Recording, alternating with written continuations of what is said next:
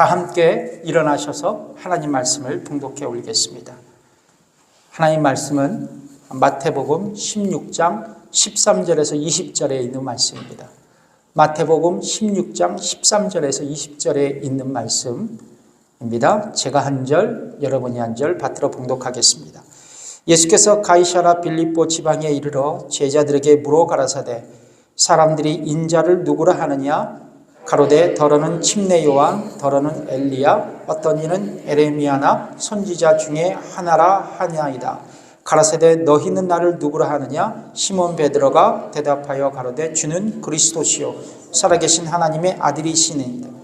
예수께서 대답하여 가라사대 바요나 시몬아 내가 복이 있도다. 이를 내게 알게 한 이는 혈육이 아니요 하늘에 계신 내 아버지시니라.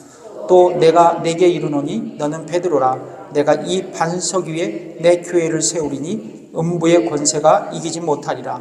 내가 천국 열쇠를 내게 주리니 내가 땅에서 무엇이든지 매면 하늘에서도 매일 것이요 내가 땅에서 무엇이든지 풀면 하늘에서도 풀리리라 하시고 같이 읽겠습니다. 이에 제자들을 경계하사 자기가 그리스도인 것을 아무에게도 이르지 말라 하시니라. 아멘.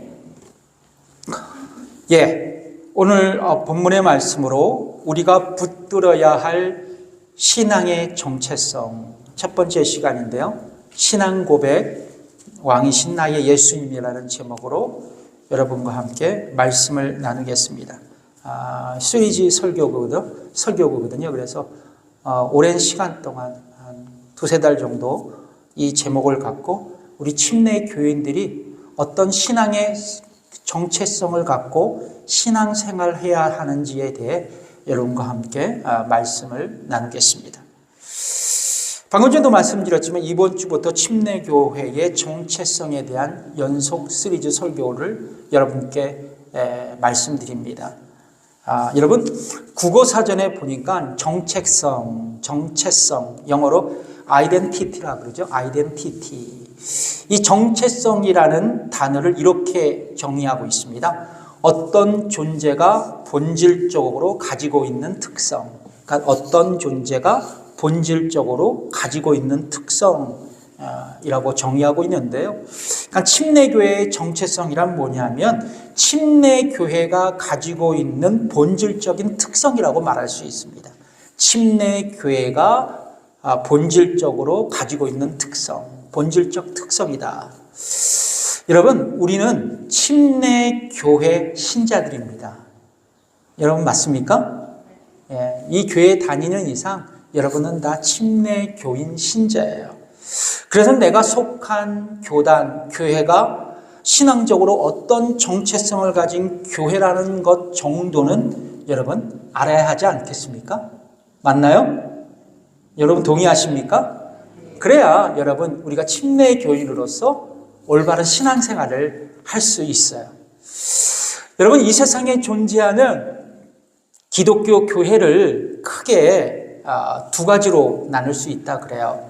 하나는 구교와 신교입니다. 뭐와 뭐? 구교와 신교. 교회 역사학자들에 의하면 구교에는 로마 카톨릭 교회가 있고요. 그리고 1054년에 로마 카톨릭 교회로부터 갈라져 나온 동방정교회가 있습니다. 구교에는 로마 카톨릭, 동방정교회가 있다는 거예요. 근데 동방정교회가 여러 가지로 갈래로 나눠져. 여러 가지로. 근데 대표적으로 여러분 우리 주변에 많이 있잖아요. 러시아 정교회가 있고요. 그리고 그리스 정교회가 있습니다. 대표적으로 정교회가 두 교회가 있고요. 또한 기독교에는요. 구교와 더불어 뭐가 있다라는 거예요? 개신교가 있습니다. 개신교. 저 보면 자 보세요. 프레젠테이션을 보시면 개신교회는 네 줄기로 현재까지 발전해 왔어요. 몇 가지 줄기로? 네 가지 줄기로. 그래서 독일의 루터교회, 그리고 개혁교회, 그리고 재침례교회, 영국 성공회 이 네 가지 줄기로 크게 이렇게 쭉쭉쭉쭉 발전해 왔다라는 거죠. 그러니까 여기에서 개혁교회는 뭐냐면 영국에서는 옛날에 청교도라고 불렀어요. 그리고 프랑스에서는 위그노라고 불렀고, 화란이 어디냐면 이제 이건 한자고요. 네덜란드에서는 뭐냐면 화란 개혁교회라 불렀고요. 스코틀랜드 존 낙스에 의해서 장로교로 불리어졌습니다. 그러니까 여러분, 우리 지역에 있는 장로교회들이 있죠. 그 장로교회들은 스코틀랜드로부터 나온 개혁교회들이에요. 그러니까 이 땅에 개신교가 제일 많은 것들이, 미국은 우리 남침대 교단이지만 그 다음에는 뭐냐면 이 개혁교회들이 제일 많이 자리 잡고 있어요. 특별히 개혁교회는 종교개혁자 칼빈의 말하자면 신학을 따르고 있는 교회들이거든요. 근데 또한 생소하지만 재침례 교회가 있어요. 재침례 교회는요, 오늘날 어디냐면 펜실바니아 주에 가면 아미시 공동체 있죠. 아미시 공동체, 아마 여러분 가셨을지도 몰라요. 예전에 우리 그 초원의 집이라는 영화가 있었어요. 그게 이제 아미시들의 삶을 그린 작품입니다. 아미시. 그리고 메노나이트, 그리고 후터라이트 교회가 바로 이 재침례 교회에 속한 그런 교회들입니다. 그러니까 이렇게 개신교는 다양한 방면에서 발전해 왔어요. 그러나 함께 공유하는 통일성을 갖고 있다는 거예요. 다양하게 발전해 왔지만, 다양성이 있지만 통일성이 있다는 것이죠.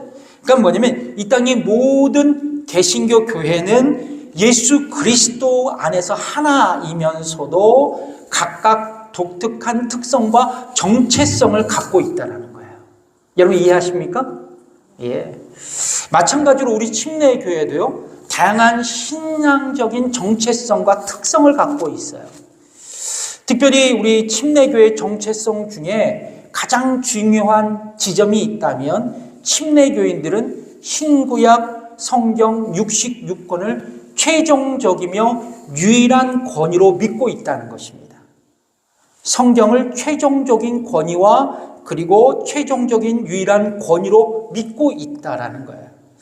그래서 교회 역사가들은 침례교인들을 가리켜서 그 책의 사람들이라고 부르고 있습니다. 어떻게 부른다고요? 그 책의 사람들. 따라해 볼까요? 시작. 그 책의 사람들. 여러분, 그 책은 당연히 여러분 성경책이죠. 성경의 사람들이라 그럽니다. 그래서 제가 살고 있었던 그 조지아주나 뭐 이런 근방에 있는 그 동네들은 바이블 벨트라 그래요. 바이블 벨트. 그만큼 침례교인들은 성경의 사람들인 것을 증명하고 있죠. 흥미로운 것은 침례교인들은 인간이 만들어낸 신조라든지 특별히 사도신경을 침례교인들은 받아들이질 않아요. 반대합니다. 그래서 교회의 공예배 시간에 암송하지 않습니다. 그래서 우리 교회도 암송하지 않아요. 사도신경은요. 그래서 침례교인들을 또 뭐라 그러냐면 비신조의 사람들이라 그래요. 김신조의 사람들 말고 비신조의 사람들이라고 부르고 있습니다. 뭐 여기에는 많은 논란과 불편함이 있죠. 왜 교회에서 사도신경을 안 하는가? 그러나 우리 교회가 속한 미남침례교단 그리고 한국침례교회는 공식적으로 사도신경을 예배 시간에 사용하지 않습니다. 그렇다면 왜 침례교회는 사도신경을 예배 속에서 사용하지 않나? 왜 인정하지 않는가? 이 사도신경에는 여러 가지 성경적인 오류가 있어요. 오류가 있습니다. 근데 이것을 설명하려면 한 달 정도는 설교를 해야 돼요. 그래서 여기서는 못하고요. 그러나 가장 중요한 오류가 있는 것은 뭐냐면 교회 역사적으로 성경의 권위보다 신조나 사도신경의 권위를 앞세웠기 때문에 그래요. 많은 사람들이. 그래서 예를 들자면 어떤 사람의 신앙이 성경적인가 정통인가를 판단하기 위해서 들여댄 기준과 잣대가 성경이 아니라 바로 신조와 사도신경이었다는 거죠. 그래서 사람이 만든 신조나 사도신경에서 벗어나면 2단, 3단, 4단으로 될 수 있었던 시대들이 있었어요. 그러나 침례교회는 이런 신조나 사도신경을 신앙의 근거로 삼지 않습니다.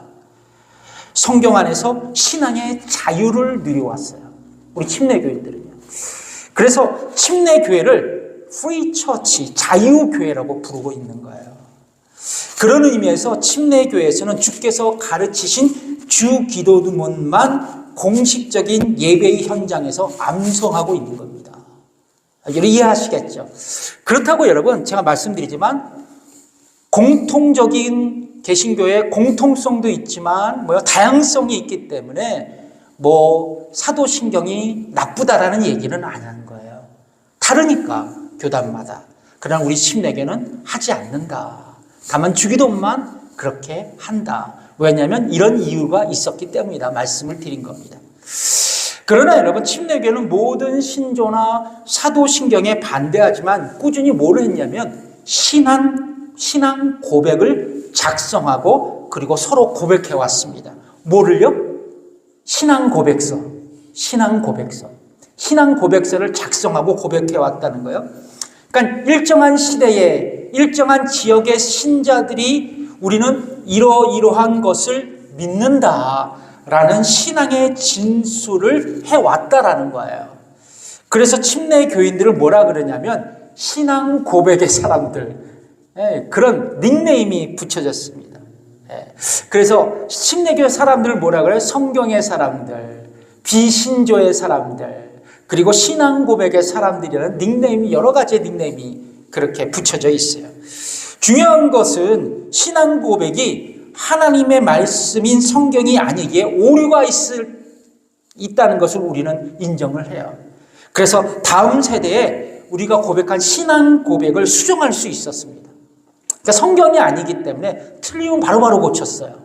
역사적으로. 그래서 침례교회는 다채로운 신앙 고백서를 시대별로 작성해서 채택해 왔습니다. 그래서 역사적으로 침례교회 그 신앙 고백서는요, 영미에서 발달했어요. 영국과 미국.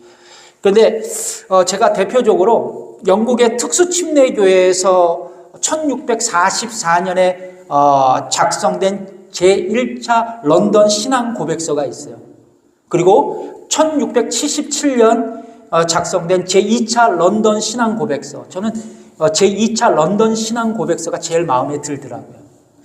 그리고 미국에서는 1742년에 필라델피아 신앙 고백서가 있었고, 그리고 1833년에 뉴햄프셔 신앙 고백서, 그리고 현재 미남 침례교회, 우리가 속한 우리 교단에서는요, 침례교인의 신앙과 메시지 2000을 사용하고 있습니다. 이것도 나오기 전에 또 업그레이드 돼갖고 지금 현재 이 신앙 고백서를 우리가 사용하고 있어요. 그렇다면 우리에게 이 신앙 고백서가 필요한 이유가 뭔가? 도대체 여러분, 한국 침례 신학대학교 총장이신 피영민 박사님이 쓴 1689년 신앙 런던 침례교 신앙 고백서 해설이라는 책이 있어요. 그 책에 보면 저희 은사님이세요. 근데 이 책에 보면 이렇게 써져 있습니다. 신앙 고백서는 지역교회 성도들이 영적으로 교제하는 표준적인 근거가 된다. 그리고 교회의 이단 사상을 가진 사람들이 침투하면 교회가 가지고 있는 신앙 고백서를 근거로 이단자들을 추방할 수 있다. 세 번째 마지막으로 신앙 고백서는 다음 세대를 위해 참된 진리를 복원하고 전수해 주는 데 유익이 있다라는 거죠. 그렇습니다, 여러분.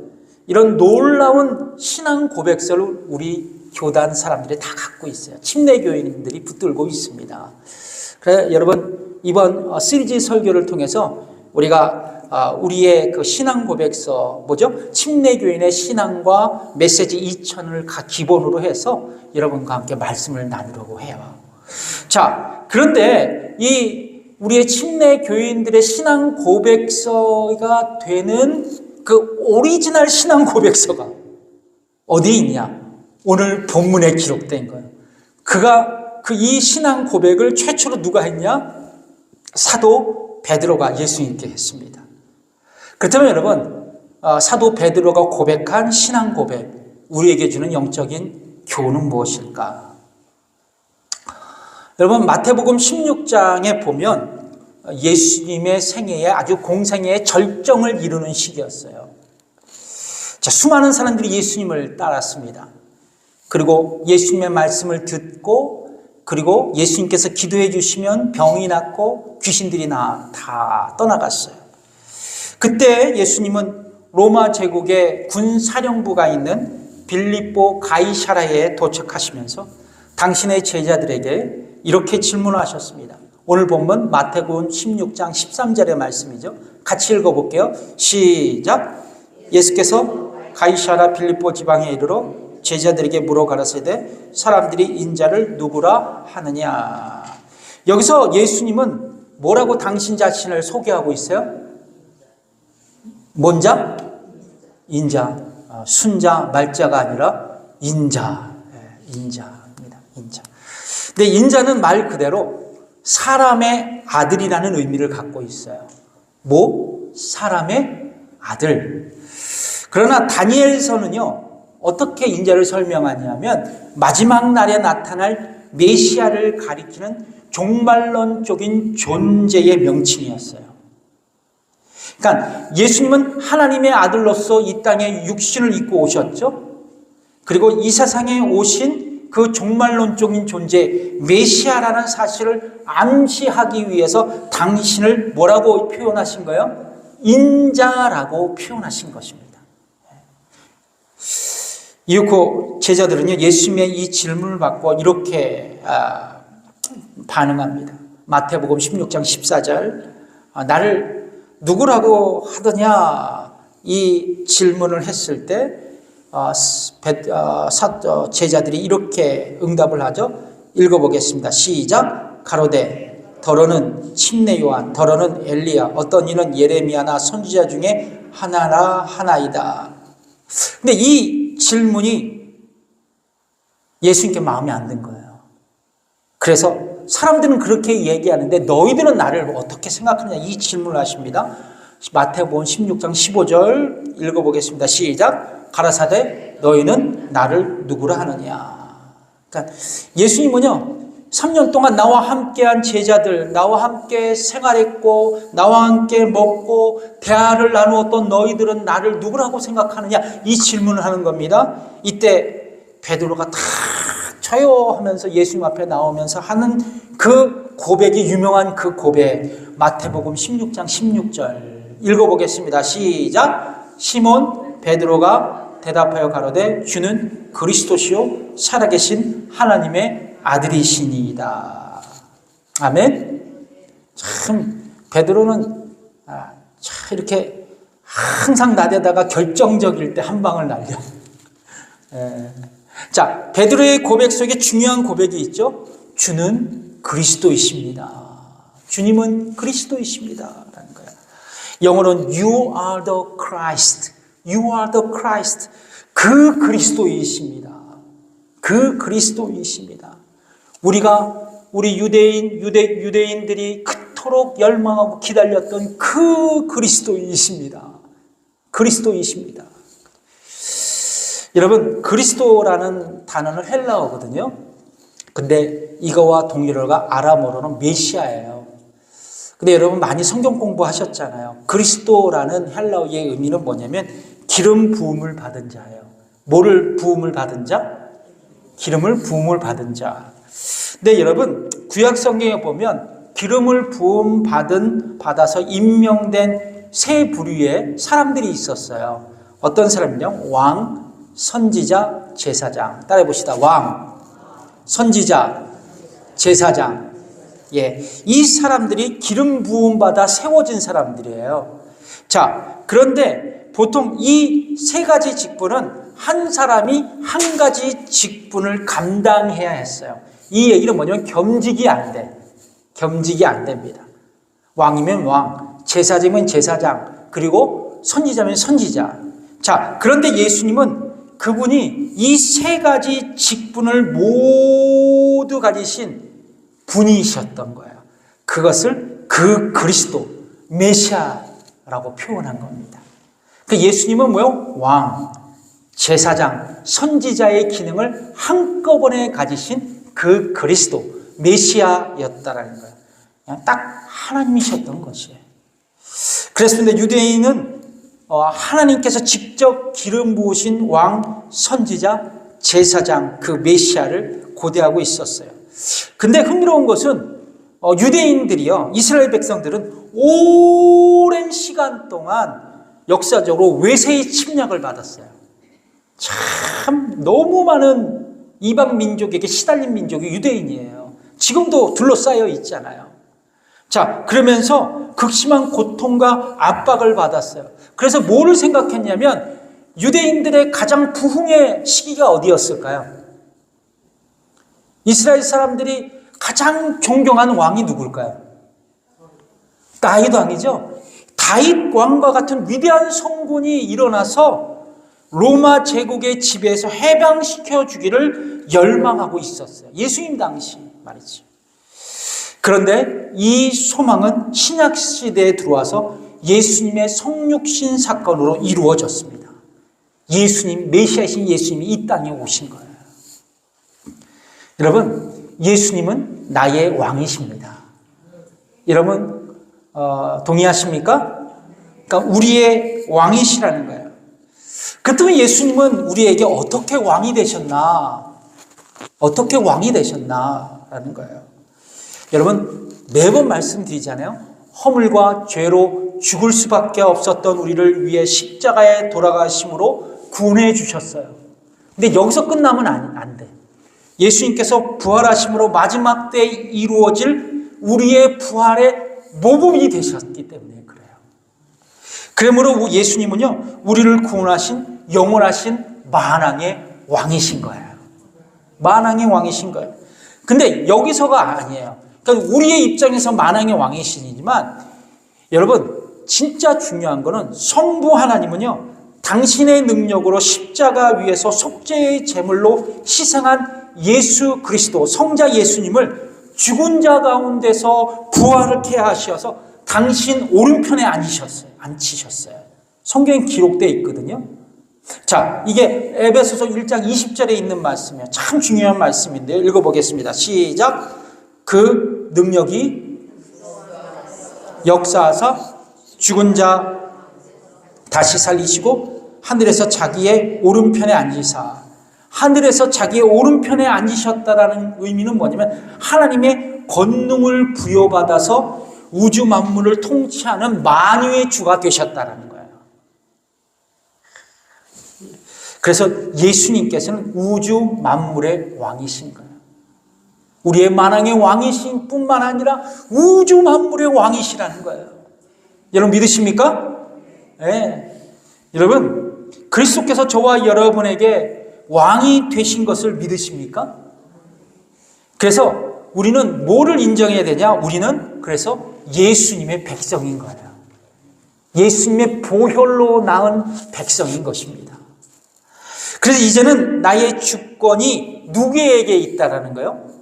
왕이신 예수님께 있다는 겁니다. 나의 주권도 나의 소유도 이제는 없는 거예요. 이제 나의 모든 주권은 왕이신 예수님께 속해 있는 것입니다. 그러니까 여러분, 과거에는 내가 나의 인생의 왕자에 앉아 있었어요. 그러나 예수님을 나의 왕으로 고백한 현재와 다가올 미래에는 나의 인생의 왕자에는 누가 앉아 계셔야 된다? 예수님이 앉아 계셔야 된다는 거지. 여러분, 그렇지 않고 현재나 미래나 참 내가 내 자리에 앉아 뻗띵겨 앉아 있으면 안 된다는 거예요. 뻗띵겨 있으면 안 되는 거예요. 옆분과 인사하겠습니다. 뻗띵기지 맙시다. 뻗띵기지 맙시다. 나의 인생의 왕자는 누가 앉아 계셔야 된다고요? 나의 왕이신 예수님께서 앉아 계셔야 된다는 거예요. 그래서 여러분, 우리는 보이진 않지만 영적인 큰 전쟁터에 있다는 겁니다. 저와 여러분들이요. 왕이신 예수님의 권리를 인정하느냐 안 하느냐의 영적인 싸움의 현장에서 우리는 늘 살아가고 있어요. 그냥 보통 보면요, 신앙생활 잘하는 분들은 왕의 권리에 쉽게 복종합니다. 근데 날라리들은 항상 지 맘대로 살아가요. 항상 지 맘대로 살아가요. 그냥 이것이 저와 여러분의 문제가 아니에요. 지금 모든 그리스도인들, 이 세상을 사는 모든 그리스도인들의 가장 큰 영적인 갈등이고 신앙의 문제입니다. 그래서 제자훈련, 여러분 제자훈련 다 받으셨잖아요. 제자훈련에서는 이걸 뭐라 하면 그리스도의 주재권이라고 얘기해요. 그리스도의 주재권에 너가 순종하느냐 복종하느냐를 이를 질문합니다. 여러분 제가 지난번에도 말씀드렸지만 그리스도인의 주재권이라는 게 뭐냐면 자신에 대한 그리스도의 절대적인 지배권을 인정하는 거예요. 그러면서 나의 전 자아를 그리스도의 권위와 지도 아래 매일 복종하고 굴복하는 것입니다. 그러니까 쉽게 말해서 그리스도의 주재권을 인정한다는 말은 뭐냐면 방금 전에도 말씀드렸지만 자신의 인생의 왕좌에서 내려와서 그 자리를 주께 예수님께 넘겨드리는 것을 의미해요. 이거 조금 어렵다면 더 쉽게 말씀드릴게요. 만유의 주 되신 예수 그리스도를 마음의 왕으로 모셔서 믿음의 생활을 하는 사람들은 뭐냐면 생활의 모든 영역에서 예수님이 주인이 되시도록 나의 모든 영역을 그분께 맡겨가는 거예요. 여러분, 우리의 믿음의 삶, 또 신앙생활, 영적인 삶에 무엇인가 문제가 있다면 바로 예수님의 주재권, 그리스도의 주재권에 굴복하는 일, 나의 모든 영역을 주께 맡기는 일에 우리가 실패하고 있다는 증거입니다. 증거예요.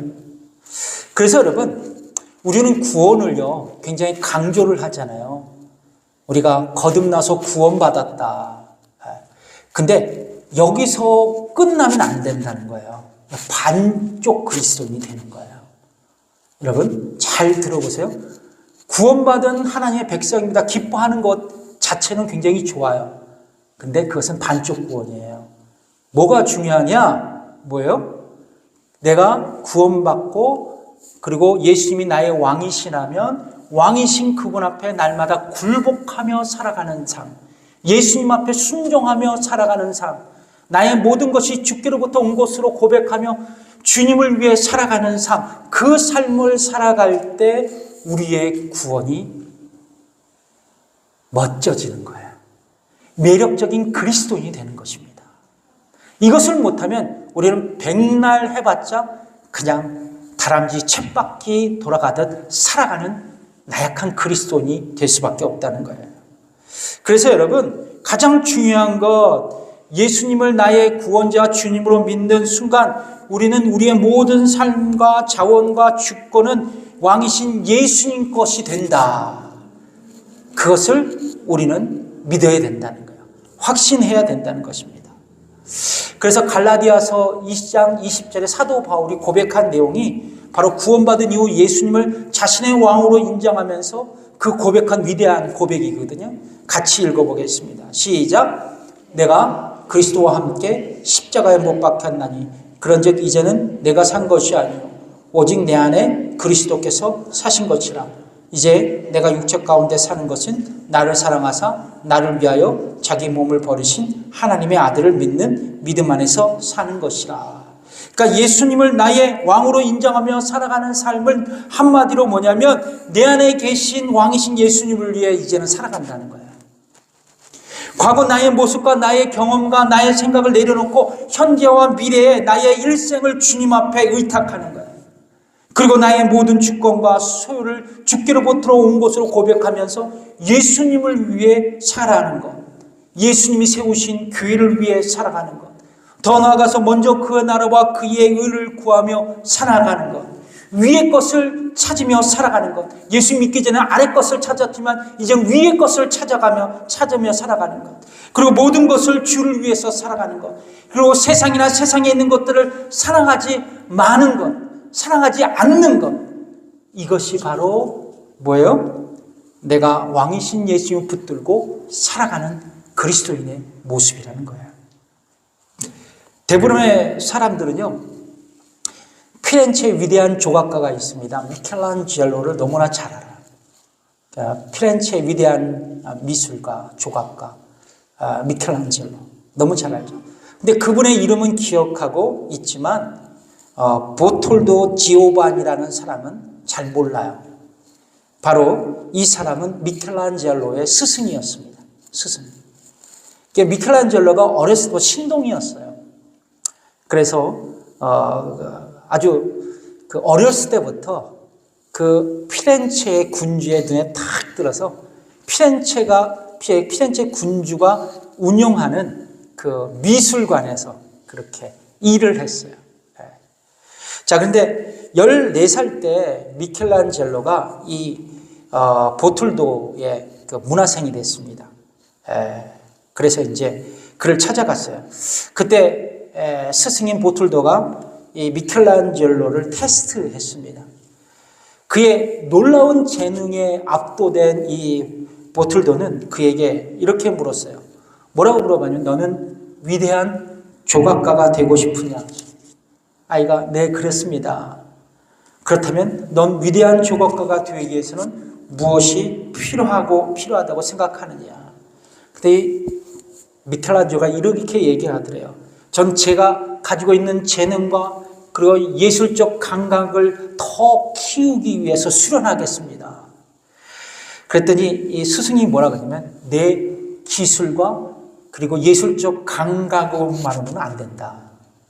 나는 내가 내 기술로서 무엇을 위해 쓸 것인가, 네가 가지고 있는 재능을 무엇을 위해 쓸 건가가 먼저 분명한 결정을 해야 된다.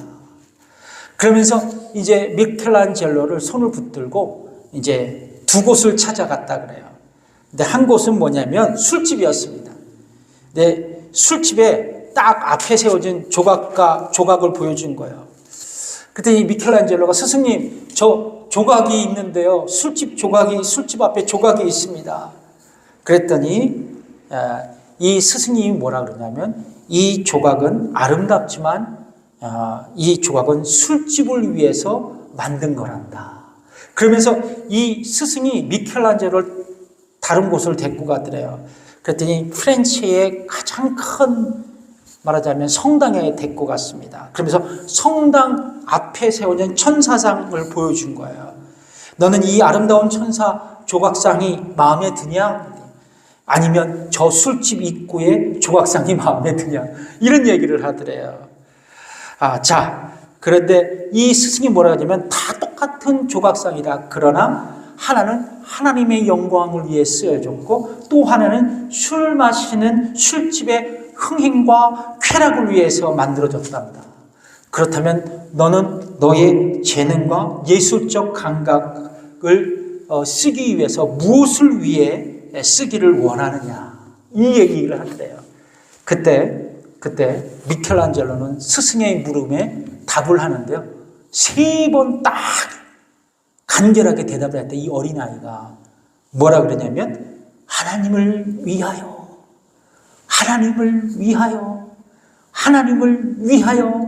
나의 재능을 쓰겠습니다.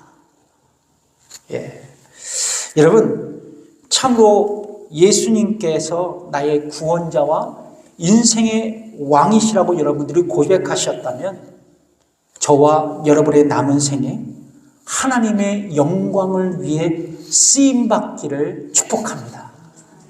그것이 여러분 우리의 신앙 고백의 순종이고 신앙 고백의 사람으로 침례교인으로 살아가는 올바른 모습인 줄 믿습니다. 기도하겠습니다.